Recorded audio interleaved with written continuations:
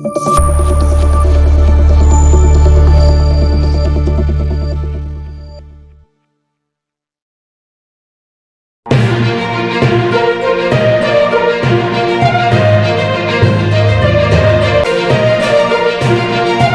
দেখছেন ধামাকা 2020 মেডিকেল ভর্তি কোটার 193 জনের ফার্স্ট দেখছেন ধামাকা 2020 নিউজ।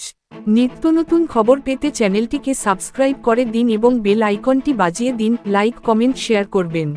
আমরা তাদের কাগজপত্র যাচাই করব, সেজন্য 3টা কমিটি করে দেওয়া হয়েছে, বলেন অধ্যাপক রুবিনা। সংস্থার অতিরিক্ত মহাপরিচালক চিকিৎসা শিক্ষা অধ্যাপক রুবিনা ইয়াসমিন বলেছেন, প্রয়োজনীয় যাচাই বাছাই শেষে তাদের বিষয়ে সিদ্ধান্ত নেওয়া হবে।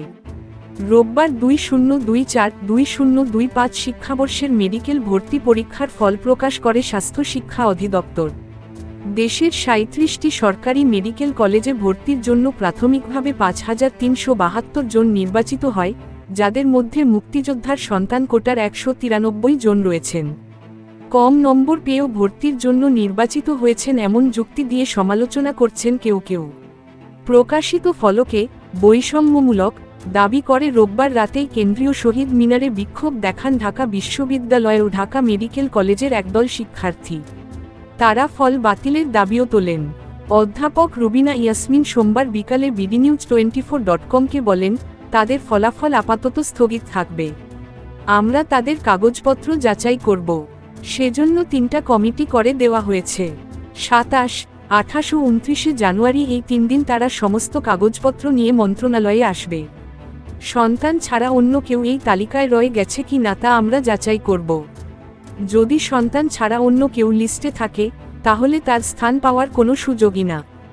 অধ্যাপক রুবিনা বলেন, এটা প্রাথমিক ফলাফল, সবকিছু ফাইনাল হবে কাগজপত্র দেখার পর। অন্য সময় মুক্তিযোদ্ধা কোটার কাগজপত্র যাচাই বাছাই হয় সংশ্লিষ্ট কলেজে, এবার কলেজে যাওয়ার সুযোগ নেই। স্বাস্থ্য শিক্ষা অধিদপ্তরে আসেন, সেখানে কমিটি করে দিয়েছি। তারা 3 দিন বসে সবকিছু যাচাই করবে। এর আগে দুপুরে ঢাকার একটি হোটেলে এই প্রসঙ্গে কথা বলেন প্রধান উপদেষ্টার বিশেষ সহকারী ডা. সাইদুর রহমান। তিনি বলেন, কোটা বাতিলের আন্দোলনের প্রেক্ষিতে আদালত থেকে যে রায় দেওয়া হয়েছিল, সেখানে মূল পরিবর্তন হলো নাতি নাতনির পরিবর্তে সন্তানের কথা বলা হয়েছে।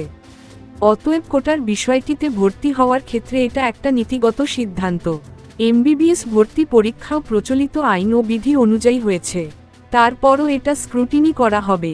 বিশেষ সহকারী সাইদুর বলেন, ভর্তির জন্য নির্বাচিতদের মধ্যে 193 জনের মধ্যে খুবই আনইউজুয়াল হবে, যাদের বয়স 67-68 এবং যাদের সন্তান থাকার সম্ভাবনা খুবই কম। সেখানে যদি কোনো ত্রুটি ধরা পড়ে তাহলে সেটা দেখা হবে। এমবিবিএস পরীক্ষায় মূল কোটা থাকবে কি থাকবে না এই নীতিগত সিদ্ধান্তটি স্বাস্থ্য মন্ত্রণালয়ের নয়, এটি রাষ্ট্রের। আগামী 27, 28 ও 29 জানুয়ারি বিষয়টি যাচাই করা হবে।